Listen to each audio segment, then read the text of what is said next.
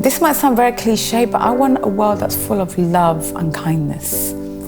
A world that's free of oppression, of violence, of racism. The world's gone crazy at the moment and we need to grieve. I wish more people hugged and just sat together and cried together. What's currently happening in the world right now, it's seeing how resistant we can be, and that's great.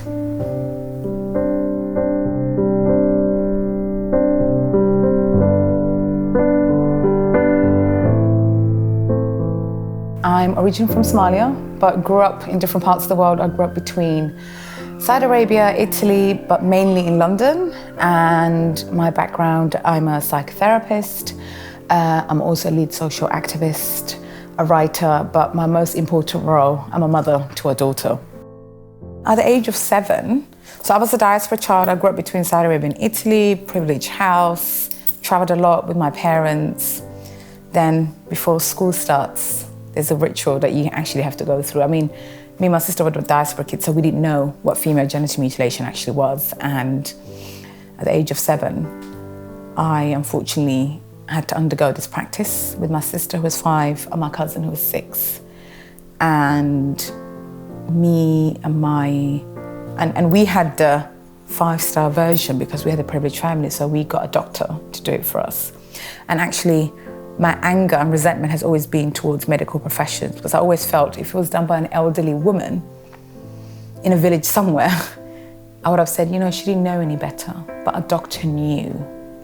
He knew the implication. And for me, as crazy as this sounds, maybe, I always said, you know, no one deserves to have gone through what I went through.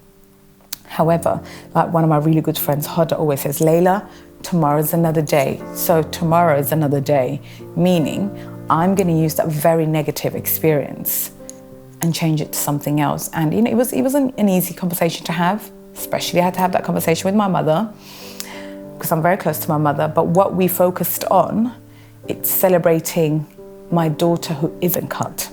Because one thing you have to know about FGM, once it happens, there's no way back from it. You can't change it. I have to live with it myself and 200 million women globally. We have to live with it. That's why my work has been around having prevention.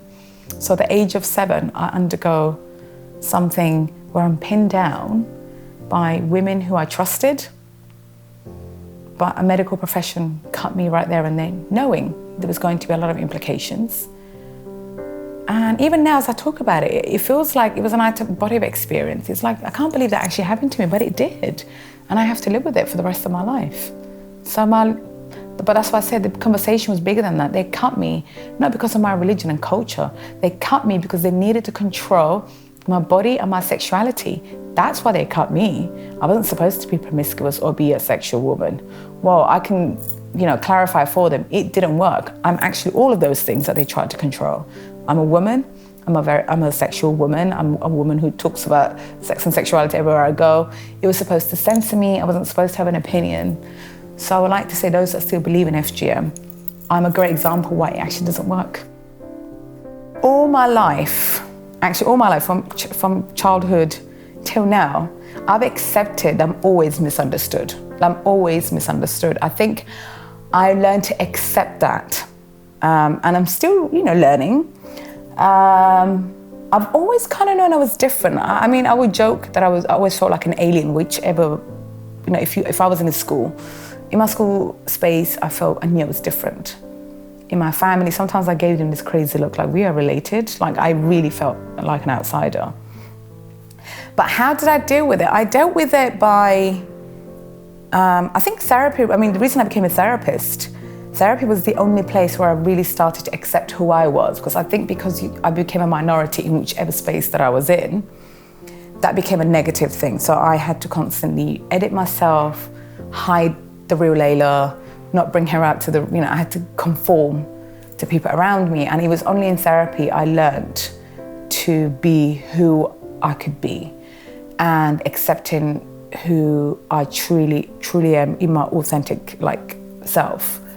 But what I think the biggest push and encouragement for me was raising a daughter. I think my biggest fear, it's passing on a message to my daughter that she has to pretend to be someone else in order to be accepted. So I really had to change by being me and only me and not apologize for it. But that was a long journey. It wasn't something that happened overnight. You know, I made loads of mistakes, had to learn from a lot of those mistakes, but my daughter really is a big part of who I've become. I think not having her live in a safe world is my biggest fear. So everything I do, whether it's me making sure I'm my authentic self, means I'm creating a safe space for her. Making sure, you know, I'm this activist that speaks for women and children, or just basic human rights. It really comes back to her world, because in order to do that, I need to create that. I'm a believer on don't preach to others, you need to practice it in your own home. So for me, everything that I've done over the years, she's a stem from that work. I mean, I always say, I wonder what would have happened to me if I didn't have a daughter. Would I be sitting here right now speaking about this? Because she really was the muse, I would say. The muse, the influence of a lot of my work. Everything I do, when I write, when I campaign, when I sit in front of a therapist, is what is it that I would want for her to have? As a social activist and as a therapist, my world collided in that way. For me, I came into this platform because all I wanted to do was protect my daughter from a harmful practice. But along that line, I learned it wasn't just about FGM. There was a bigger conversation that we needed to have. This was about the control of women's bodies and sexuality. So to me, that was very clear. But what I noticed earlier on, this is, you know, we're going back 15 years now. We were using the wrong language. I realized everyone around me, you know, whether it was organizations, you know, resources developed by the government, I kept seeing the word religion, culture. FGM happens because of religion and culture. And I thought, oh, this is actually making me very uncomfortable, because by calling it that, we're minimizing. And actually what we do, we put up barriers when we put that kind of language out there. So for me, it was very important that we called it for what it is. And for me, it was very clear, this is child abuse. I don't know what else you would call it. FGM is a form of child abuse. It's a form of sexual abuse. Touching a child's genitals is a form of sexual abuse. So my work, it wasn't just campaigning against a practice. It was really bringing a bigger conversation to the platform where we need to talk about controlling women's bodies. So that was one part of my work. It wasn't easy. I got a lot of, you know, opposition from fellow campaigners who kept saying to me, oh my God, you can upset communities by calling it child abuse or sexual abuse. But I said, no, that's what it is. Maybe communities might take this seriously after all, by actually calling it for what it is. Oh God, adversities that I face, there are so many. I've been spat on, punched. I had to move home a couple of times. I have a panic alarm. I have a personal alarm that I carry. I have to let people know where I am. I remember one specific incident actually that I recently started to talk about. I was on my way to I was training as a therapist, and I had an assessment that day. It was a very important assessment. And a group of young men just literally punched me in the face. And they said, you know, it's this big mouth of yours needs to be controlled. And I went into the lesson with a massive fat lip, basically. And I remember my tutor saying to me, Leyla, you should have just called us, you didn't have to come in. And I said, no, I'm not going to let them silence me. For me, not being silenced, it's my worst fear is anyone being silenced. And the adversity that I face on a daily basis, there's always someone who's trying to silence me, whether they try to do it physically, emotionally, through social media. I mean, social media is I call them, you know, laptop warriors, you know, who just spewed hatred at all times. But it did affect my family, you know, it has affected my family. My daughter was isolated quite a lot, you know. But how do I cope with that as well? It's by remembering what I'm doing. It's like I said, from the age of 5, I knew when something in my gut, I felt it was right. So I always go with that gut feeling. And what really helps me the most, it's when I get letters, emails, women who come and see me, they will meet me in an event and will say to me, oh, Leyla, when you said that day, when you wrote that article, it saved my life. I protected my daughter from this. One of the biggest struggles in this, being a woman's one thing, but when you're a Black and Muslim woman, there's a different layer of struggle there. And it could be like, really, when I say struggle, it's not just, the angry Black woman always existed. Recently, I reclaimed that word. I am that angry Black woman. Just look around what's happening to the world. I have every right to be the angry Black woman. But to give you examples, one of the things that happens in being in this position, you get invited to, I'm asked to come and present my clinical work in big conferences, and I would end up in a nice hotel, by the conference, and staff, delegates always assume I'm someone's secretary, or I'm a maid, or a prostitute. Actually, as a Black woman who ends up in these big platforms, I'm always in a position, I get anxious sometimes when I end up in certain hotels because white men come up to me and offer me money. Or the conference delegates assume I'm someone's secretary. Or I remember one particular conference, someone gave me their coat to hang for them because of my skin color. They knew this person, Leyla Hussein, was speaking on the agenda, but they assumed I was some Arab older woman.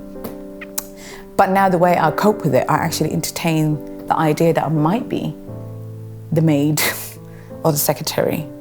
And then next morning, when I'm the keynote speaker and come up on stage, it's actually, their reaction's priceless. So I've learned how to kind of cope with that. And being a Muslim woman, I got used to being stopped at the airport just because of my name. Do I cry about it? I used to. It's difficult, but what can you do? But I'm not gonna let it stop me though. That's the difference. I'm not gonna let that be a barrier that's gonna stop me from doing my work. It just means I have to do more work than my white female colleagues. It just comes with the territory. Hence why we need to continue with these conversations.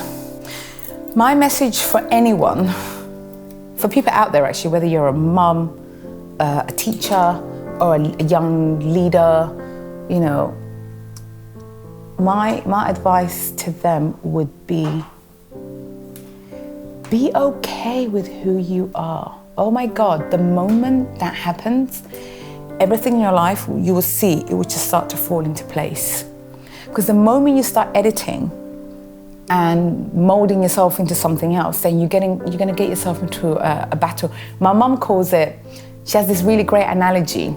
She goes, there's nothing worse when you get into a battle with your own nail, because if you remove the nail, it will just grow back again. It's still the same. She goes, when you get into a battle with your own nail, then you're not gonna live. So my advice would be okay with who you are. It's absolutely something that I always teach my daughter too. As long as you don't harm anybody and disrespect people, to me that's very important. Be who you are, but not in the expense of humiliating, violating, or creating pain and suffering for others. To me, that's the advice I would give you. Let me tell you the album that changed my life. Christina Aguilera, Dirty. That was my album. That was the album I finally found out I was a woman, that I was a sexual woman. And I remember one particular song, it was Can't Hold Us Down. It was when I knew I was a true feminist. That's still my anthem till today, when anyone pisses me off. I wish that song played every time I was walking into a meeting with politicians. It's a great, you know how boxers walk in with a particular song? Yeah, if I had to walk into a song, it would be that song. It's literally my anthem song. Christina Aguilera is responsible for this. Yep, she made it okay to be sexy and sensual and young, because I think we're also similar age, me and her. So it's really weird. So it's like, oh. My biggest inspiration is actually, oof, I get really emotional. It's my mother. My mother's my biggest inspiration because, I mean, sometimes she'll, just over dinner, she grew up in a very, privileged household, but, she's been through a lot, my mom. And to come to a country where you didn't speak the language, your youngest child was 4 months old, the oldest, me, 12. And she pretended it was an adventure. I can't imagine. No money, nothing, no home, left everything. And she made it sound so much fun. Now that I'm a mother, I look at her and I think, bloody hell, how did she do it? How did she create that space for us? I think one thing my mum has done for me and my siblings, she's a very conservative woman, but also very liberal. But what she has done, she created a household whenever any crazy shit might happen. Sorry to swear. Any craziness. Me and my siblings, we know we can always go to that home. And let me tell you, that's what my mother's home has become, not just for me, it's become that space for all my friends. I know some of my friends, even though when they know I'm out of the country, they would turn up at my mother's house because, she'll feed them, she'll give them somewhere to sleep. I remember as a teenager, I'll come back home and I will see a family living in my bedroom. I'm like, Mum, who are these people? And her response would be like, oh, Leyla, I found this family when I was in Tesco's. She goes, I don't want them to go, they just moved to a new house, there's no electricity. I don't want them to be in a dark house, by themselves. So they're gonna stay with us. She only just found out who they were. So it was my mother who taught me, kindness doesn't cost you any money, and by being kind to somebody, it might make a big difference to their lives. I'm still learning to accept myself, because I think what you have to understand, from the day I was born to the age of 21, it's when I started saying, I'm actually living my authentic self. So for 20, maybe 21 years, I was molding this other person that didn't exist. So now I'm spending time unmolding what I molded, if that makes sense. I'm literally reconstructing this back to what it should have been from day one. But what gives me hope, and actually what gives me courage to continue with that growth, it's seeing my daughter and the young woman she's becoming. So that really, it's like, okay, so have I accepted myself? Absolutely yes, but it's an ongoing journey. It's not 100% there, it's still ongoing. And that's normal to go through that. I'm very patient and kind to myself now. I'm not hard on myself anymore.